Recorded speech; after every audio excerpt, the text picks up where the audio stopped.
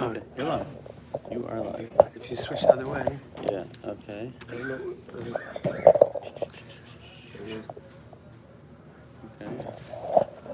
It's very weird. Okay. It's giving me yelling at me if I do it the other way. Okay, let's start.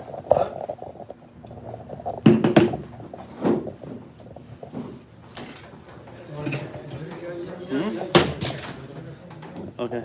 It's on the stream on the website? That's right. Ish.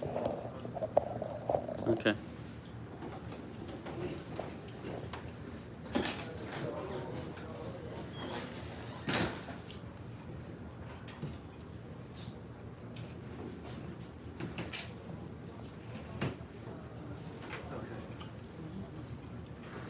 Oh, so do we have the pamphlets? They're around somewhere? In the closet there? Check, I don't know. Okay, so I want to do, there's something base, it's base. Sudalad. There's something base of Dalad. Here, yeah, those are them. Yeah. Sudalad. So, the shadow that we're going to talk about today is someone showed me there's always in one of the Jewish magazines, Jewish publications, they have a Din Torah case every week. So this week the Din Torah case was like this: someone bought a property, and for whatever building or whatever they were going to do on the property, there was they couldn't have oil on the property. So they asked him, "Is there oil?" "No, there's no oil tank. There's no oil tanks." "Is there a gas tank?" There's no gas tank. Fine. There's no oil. He bought the property. A couple years later, he's finally ready to develop the property in the way he said. And he finds, he does some sort of some sort of soil test, and he finds that there is an oil tank over there somewhere that was used not by the previous owner, but by the person who the previous owner had bought it from. The owner didn't even know about it. And now to fix the problem cost $23,000, and the Lokeach told the Moicher that I want you to pay me back $23,000 that it would cost to fix the problem. The Moicher's Taina said, "No, I don't want to fix the problem, but if you want, I'll take back the property, because over the last couple of years since you bought it, the property went up about from $550,000 that we bought it to about $800,000.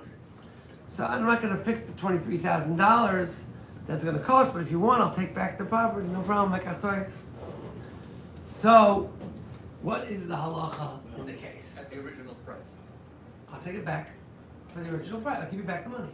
Usually when you buy something these days, the onus of the soil testing. No, because that's not a normal survey that you would do. It's a very advanced Why type would of the survey. seller do that survey? If the buyer wants to make sure that there's no oil, the buyer should pay for that survey. He asked him, as far as you know, is there an oil tank? No, there's not. I thought there's not. It's not the Lokech's problem necessarily. The poskim say, to find out something which costs extra money, and it's not the derech of most buyers to do it, you're not mechuyev to do it. You can't assume that that's his fault. Okay? So this was the shayla. So we're going to start off the shir with Siv Dalet, and from Siv Dalet we'll see that maybe it will become clear one way, but I think from Siv Hey we may end up having a psak which is different. Okay? So in Siv Dalet it says like this. Now before we go into Siv Dalet, I want to be makdim that if you remember way back in Oina'ah, remember Oina'ah was different than Mekach Tois. Way back in Oina'ah, when we discussed Oina'ah, we said that if you do I know more than a shtos, if the difference is more than a shtos, then either side can be mevatel the mekach. Either side can annul the sale. So everyone understands that the guy who got ripped off could be mevatel the sale. But why could the person who sold it at the higher price, why is he allowed to be mevatel the sale? So he said, I can't tell. I'm sure it's right. we could tell that we could say that machlokes is rishayim. By the way, I'm going to come out with a psak that's going to surprise you. So we said by Ainah, there's machlokes rishayim.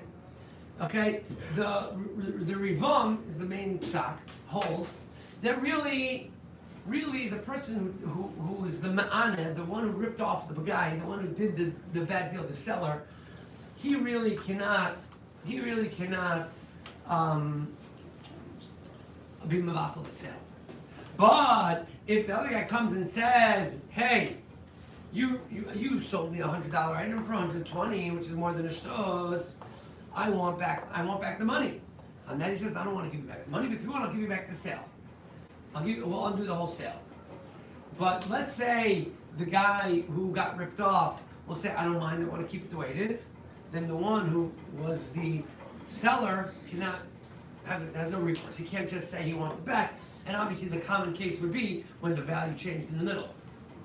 But there is another shita out there, the shita of the Rabbeinu Yonah, that says that unless we know for sure that the buyer in that case wants to keep it, the seller could be mevatel the sale unilaterally. There is such a shita out there. Okay? So the shadows would the same be to hold true by Mekach. So let's read the Shulchan Aruch. So it's Ein mechashvin pchas hamon. You sold something and it has a mon. So let's give an example. You sold a device, some sort of a computer, or some sort of, and it doesn't have a feature that you thought it has. You thought it has a certain feature, it doesn't have that feature. So the advanced model costs, X. You sold me something that's not what we discussed as a mum. It's not really doing what you told me it can do, because it's a different model or something. So I feel machar lekli shave asara dinar v'nim tzedemon amafchisa midamav esar machzer sakli. I can give it back, and I'll give you back your money. But you can't say, okay, look, you sold me this model for $100. This model really only costs $90. The model that I wanted with the extra features costs $100. So the buyer will say, you know what? So just give me back $10. So the buyer has no recourse, cannot demand back the money. The buyer, if the buyer says, give me back the $10, the seller can say back, I don't want to give you back the $10. I want to move out to the wholesale. Now, why would he say that? Because maybe he can find someone else to sell to for $100, or maybe prices changed, right? But the point is, he is not mechuyev to be maimed the mekach for that lower price.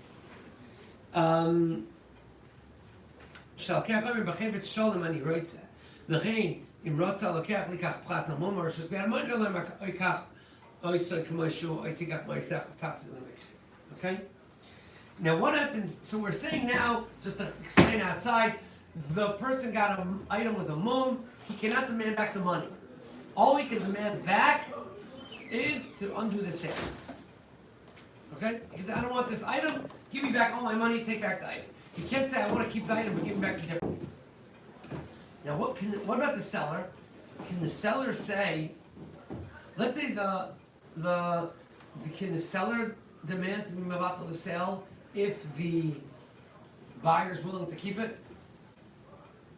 That's a machlokes. The Sma says maybe yes, the other achronim will say no. So let's go on with the other achronim right now. That because the Sma says that we can go. I'm just gonna say quickly. Pasuk like Rabbeinu Yonah. So if you go like Rabbeinu Yonah, in Ainah could be you could say the same thing here by Mekach. Okay, fine. Let's just leave that. So the halacha basically is it's up to the lokach. It's up to the buyer. The buyer can basically either say, I want back my money, but then the seller says, no, I'm just going to be about to sell, or the buyer can accept it as is. Okay, but basically the buyer does not have a choice to demand back the money. Clear so far?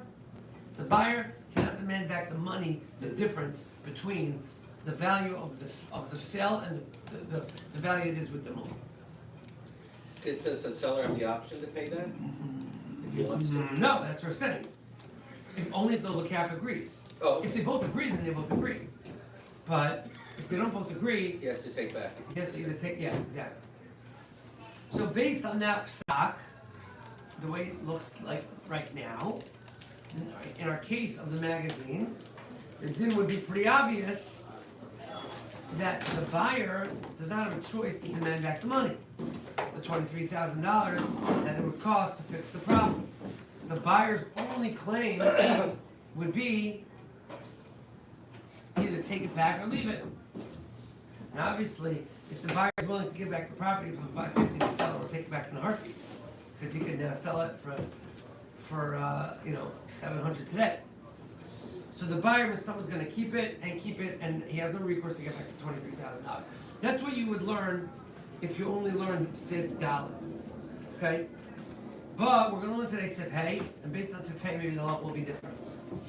Now, before we go on to Sif Hey, interesting case. The Piskei Tshuva brings down a very important case. Rabbi Khan mentioned it in passing, but what happens if you bought a case? You bought wholesale, you bought a case. So, you bought a case of what? Of 50 bags, okay? 2 of the bags come damaged. 48 are good. So you want to keep the 48, and you want him to discount you the 2 that are damaged. So the Piskei Tshuva says if it was sold as one sale, then you have to choose. So again, it's all or nothing.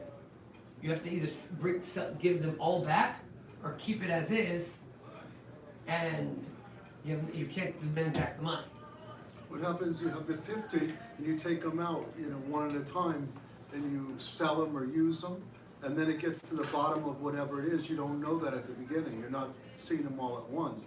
Then you see the last ones are no good. Well, if you used it, we already said last time that using is not a mechila if you didn't know about the moon. So you But didn't know about it. You can't turn back to 50 because you only have.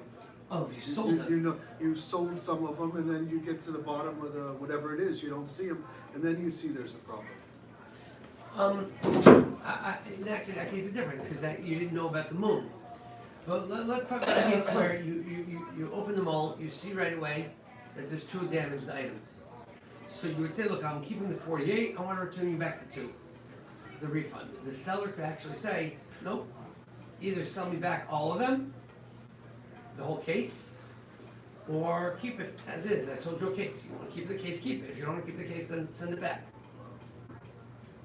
Now, that's only if you sold it by the case. A lot of times, they'll say, what's a case?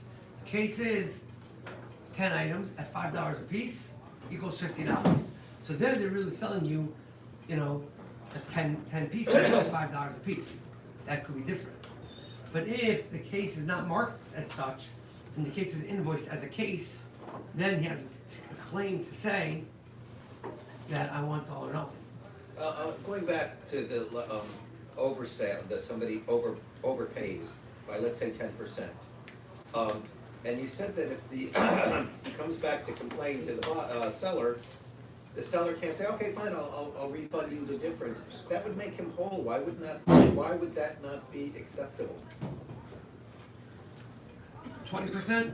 Whatever it is. No, it's a difference. Okay, he overcharges him. The If guy it's says, 10%, then he makes him whole. If it's 20%, then the seller is not obligated to make him whole because now you're making the seller sell it at a price which is really not anything close to what he wanted to sell it for. And even though it's not the fair price, he has the choice to say, you know what, I don't want to sell it at all then. But can he just refund him the difference? Oh, he can. He can, but the buyer can't force the seller to do that. But if he wants to, he can. Yeah. No, he can, but the point is, the buyer can't force the seller to do that. Okay? So, okay, now.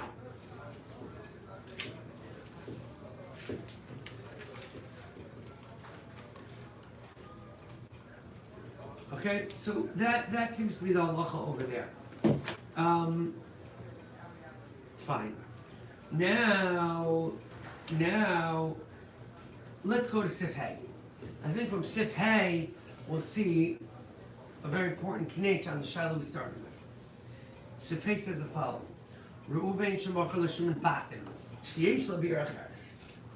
So they go into contract about a property out in Nebraska. We're here in Florida. I own a property out in Nebraska. You sent out your worker to go check it out. It looks all good. And then we go into contract. Okay, everything's great. Right, we go by closing. You send out your worker again by closing. And between the contract and the closing, there's a major vandalism on the whole property.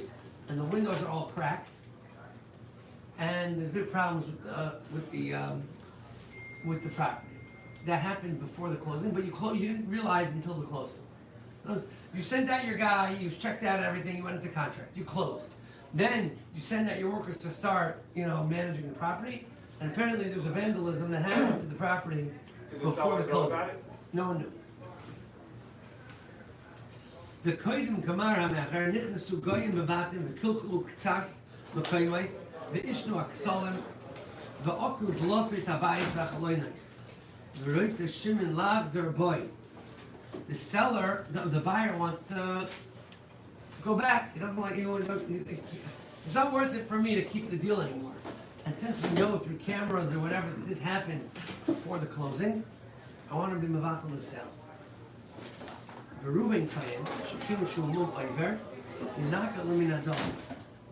Here, the seller says, I don't want to be mevatel the sale. I want to make you whole. So I want to take off the price of the damage, or maybe the price that it would cost to fix, and I want to pay for fixing it, but I don't want to be mevatel the sale. You hear the case? This is probably ma'asim b'chol yoyim, right? Happens every day. Happens every day. Usually do a walkthrough. What? Usually do a walkthrough. Okay, so there's some sort of walkthrough. You don't see everything in a walkthrough. You don't see everything right away, and there's some things that will only come up after. So now, he says, Adinim Ruvain, the seller can just pay for the difference. So I ask you, what is the difference between Sif Daled and Sif Hay?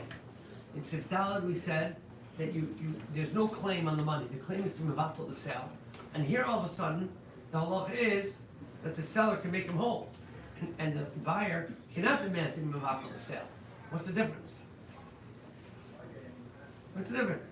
How come before we said you have no claim on the money, and here you do have a claim on the money? Here you have a claim on fixing the problem. Seems like you're both inspecting it together in the second one. The first one, each one is separate. No, don't get into that. Don't say that over there. Who's doing it, who's not. The difference is, in the first case, I told you the case, you bought this device and it's missing some of the applications, some of the features. There's no way to fix that. So now, what the seller wants to say is, you know what, keep the item, and I'll pay you, I'll give you back the difference. The buyer says, Give him 2 items. Let's fix it. no. The buyer says, no, I'm not ending up with the item I want. I'm ending up with a different item. So you can't force me to end up with something I don't want and just make me pay less for it. This is not what I wanted. I wanted something with no mum. So therefore, since I wanted something with no mum, you cannot make me accept something I don't want. And therefore, the buyer can decide, I'm annulling the sale. But here, what's the seller's claim? The seller's claim is I'm going to fix it. That means you're going to end up with the property that we discussed. It's not going to be a problem. Don't worry. You're going to end up with the property that you discussed.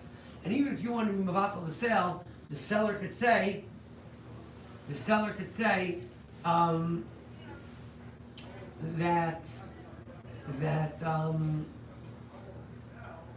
the seller could say, what? I'll make you whole. Okay? So, the, Is there enough, another Kalim that's, the problem is fixable?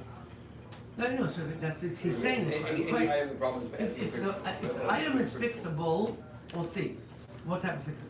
But if you can replace the windows, then you can make it fixable. So then the buyer has no demand, cannot demand to move out of the sale. The seller can demand to fix it. Now, l'chayra, what if the buyer? That means that the claim on the case, the claim is not, I want to move out of the sale. The claim is fix the problem, right? When the guy's coming to Beis Din, the first thing he always asks the plaintiff is, what are you demanding? What do you want? So in this case, I don't want this item. I want to get back. I want to get an item that I asked for. Huh? Here, the claim is, I want him to fix, the taina is that the seller should fix the problem. So since the taina is the seller should fix the problem, so the seller's talking to fix the problem. The bottom line is, it seems like, Unless the buyer wants to back out. No, the buyer wants to back out, the seller can demand that I'm going to fix it. So even though the buyer of Etsy wants to move out, I'm not interested in that. Okay, the question- so now- The whole thing is that. Exactly. I don't want to destroy the house. Are you gonna fix it? It's never the same. I don't know. It's the best thing. Okay, it seems like so it doesn't matter. the Moicha has always the Yagro Yoin over there. No. Because he says, I'm willing to fix it. Right, in this case. Because the item is still there. Or he could say, I don't wanna fix it, I'm gonna take it back to the property. So you always have the Yagro In Yoin. this case. Oh, so that's the question. All the Hold on. cases, okay, he Not has all that cases. money. Not in I a don't want month. it, I'll take it back. No. Oh, No, you know what, I wanna fix it. If I buy a car. Not in a mum. There's In a something case wrong of with a the car. mum, that's A not move that can fixable. be fixable. Okay, But in a that- move, if it can be fixable, Okay, so in the case but where if, that's our whole point. In the case where it's not fixable, then the lokeach has the other aliyah. if it's not fixable, then If it is fixable, then the mocher has the other aliyah. Okay, but exactly. if it's It makes a lot of sense. If it's fixable, he has always the other. Now, not necessarily. You have to see the Ramah. The Ramah says, "Sharei bias mocher lo v'adayin nikra bias," because the problems that have been found are not essential to the use of the item. In other words, you could basically live in it that way. Obviously, you don't want a house with cracked windows. You want them to be fixed eventually. But since it could basically be fixed, it could basically be used. Function that you bought It's it for. functional, so therefore, when you're fixing, it's not like it's not like a pan chadashes. It's basically fixing it. Memela, two things. Memela, first of all, like what we said last week, that using an item is mechila. Here, using an item would not be considered mechila. That's number one, because it's You usable. should pay for it. I just want you to pay for the fixing. Number two is when you're actually living in it, the demand is to fix it. The moicher can demand to say, I don't want you to mekach, I just want to fix it for you. Now, v'chein mum she'enu beguf habayis. Anything which is not affecting the etzem functionality. So let's say you bought a property. Let's say you bought a property and you wanted it to be tenant free. The mice it's not tenant free. You walk in there, there's a guy in there. So can you move out of the sale? So chayr would depend. L'chayra, the claim that doesn't affect the etzem thing. I could come in and say, I'll get rid of the tenant. Oh, don't back out of the sale. I'll get rid of him. I go to the tenant. I say I rent to another place. I get rid of the tenant. So then the claim. So what are you going to say? No. Make a there's a tenant in there. I don't want it. I can be minded for you the house the way it is. So therefore, anything which is not in the etzem house, it doesn't make the house not livable. The claim is first and foremost that the seller should fix the problem. And if the seller can fix the problem, then that's the ikar claim. Okay, it's not a claim of mekach tois. However, if let's say the mechaber says, let's say the problem is so basic to the problem, you can't live in the house. You're looking at, there's no roof. There's no roof. Then I'll put on a roof. No. Then the pshat is you didn't sell me a house. I'm not waiting around for you to put on a roof. The roof that you're going to put on is not the roof that I bought it with. I'm not interested. So if it's not a house, then you go back to mum, and then it's up to the lokech to decide. If it's usable as If it's usable as a house or whatever you bought it for, then the claim mainly is to get rid of the problem. So a lot of times you can have this with like zoning. I sold it to you and it's not zoned as such. So is it fixable? Is it not fixable? Now the guy could say, look, I need it right now. I can't wait around for you for a year to fix that problem. Okay, so it depends on what the scenario is. It could be it's not usable for him. But in a case where the problem is kind of, not essential to the shame of the davar, so then the halacha would be that he could demand him to fix it. Okay? Now, getting back to our shiloh with the gas tank. So, l'chayra, in Siv Dalet it says the buyer does not have a claim on the money. But in Siv Hey, it seems like the buyer doesn't have a claim to mevatel the sale. For his only claim is on the money. So what's over here? Fixing. What? Survey is not on the money, survey is tied on the fixing. Exactly. It's not a kasef, but then the actual fixing up on the Tzvi. So, if the buyer offers to pay him off for the difference, then maybe he probably oh, will. by the way, that's an important point. In Sif Hay, when the claim is to fix the problem, it's not that he pays him for the value of the item with the damage. Windows. No, you pay for what it costs to fix it. Again, I don't know if those two things are the same. You pay for what it costs to fix it. By the way, the tircha of actually fixing it is on the buyer, which is still annoying. But in other words, I'll pay you for the cost to fix it, but you gotta hire the contractor, you gotta figure it out. It's on a buyer, yeah? Yeah, that's on the buyer. And why would he even, didn't the guy see that there was no roof when he bought the house? It wasn't there. It's There's a It was there. hurricane between What? They the, weren't there. So Between the cases- survey and closing, something happened. But what about, between the survey and something happened? hurricane. But that's always covered in a contract, it's a standard item covered in a real estate contract.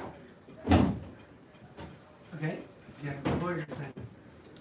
Even a bad lawyer, a good form. So the question is, in that case of the oil, what's the halacha? So, the Meiser, Question is that Reuven only in case of Siv Hey, it's only if the Meicher wants to give him kind of Mecca. He also could say, I'm not going to fix it, and I'm going to back the Mecca. so what could he do then? Why Why is that partial to you? That's what the lesson is. It didn't move him. That he could say he's gonna fix He it. could say, I'm going to fix it, or he could say, I'm not going to fix it, and No, if you let's say want, the I other way can around. fix Let's say it. the other guy wants to keep the mekach and wants You you to can't fix force me it. to fix it, Why not? because that's not what it says. Why isn't that the claim? It could be the claim, but you're not. There's no time to make a toys here then. So It what's is the buyer's because- taina? It is because you What's bought the a house. buyer's taina? You What's bought his a claim? house. You bought a house with a seller who's not going to fix this problem. So you bought a house with I'm not fixing it. So now you bought a house with a guy who's not fixing it. So now you have either you have a nekach or you don't. You can't force me to do something. So Lemay said this is machlokes achronim. If you could force him to fix it. This is machlokes achronim if you could force him to fix the problem. So some achronim say that just like when there's a mum, you could force the moicha to annul the sale. When there's something that's fixable, you could force the moicha to fix it. Fix it, pay for it. Pay for the fixing. So some say like that. L'maisa Rabbi Khan, he has a sefer over here on Noah. He paskins like you're saying that the seller could say, "Look, your whole claim is for me to fix it. I'm not fixing it. So now you can decide if you want to move out to the seller or not. But I'm not paying to fix it." So in that case, he paskins that would be the halacha. But it's in, so it says so l'chayra, he's always going to say kimli like that shita, and that would end up being the halacha. So I would say the halacha is in the case of the oil, he has no recourse. He can't say I'm going to take back the item, and I want to keep it, but I'm going to force you to pay. That's what you came at also. Yeah. Okay, now, okay. Now, there are a lot of other cases, obviously, in real estate, there's gonna be a lot of interesting cases. They have an interesting case over here.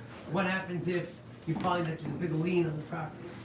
It's an electrical, well, the guy didn't pay his electric bill in the last 15 years. And now the electric company has a major lien on the property, and you walk in. So what's your claim? Fix it, pay up the bill. Right, well, let's see, doesn't want to, then you can move out to the sale. You can't force them to. Well, that's not right, that's what we just said. That's what we're saying. So you could, but That's what we're saying, it comes out a very big enough camino. Can you force the guy to pay the electric bill? But if he didn't pay the electric bill, he knew, when he sold it to you, he knew that's the problem. So that's not like he came later, he knew he's selling you the Okay, fucking. so, I got it, so you wanna undo it, you wanna undo it, let's go ahead. It happened later, right? It's either take the loss, or no problem, we'll revoke the sale. but what you could do is you could pay the electric company, you pay it off, and you knock it from you gave it what you gave to him, and now he's the moitzi when he wants to get. Oh, you mean if you didn't pay him? Before Yeah, closing. before closing, you could pay a closing. No, before the closing, you could do that. After the closing, You you would decide be. it's a good enough deal. So that case happens. Okay, fine, we'll stop here, we'll continue next week. Rabbi, just in the early days, many years ago, one of my first transactions, I sold a home, and when the Sold what? sold a house, and the buyer, the wife, was going on and on about the appliances in the house. She loved the appliances, and the husband says, "You're not buying a house because of the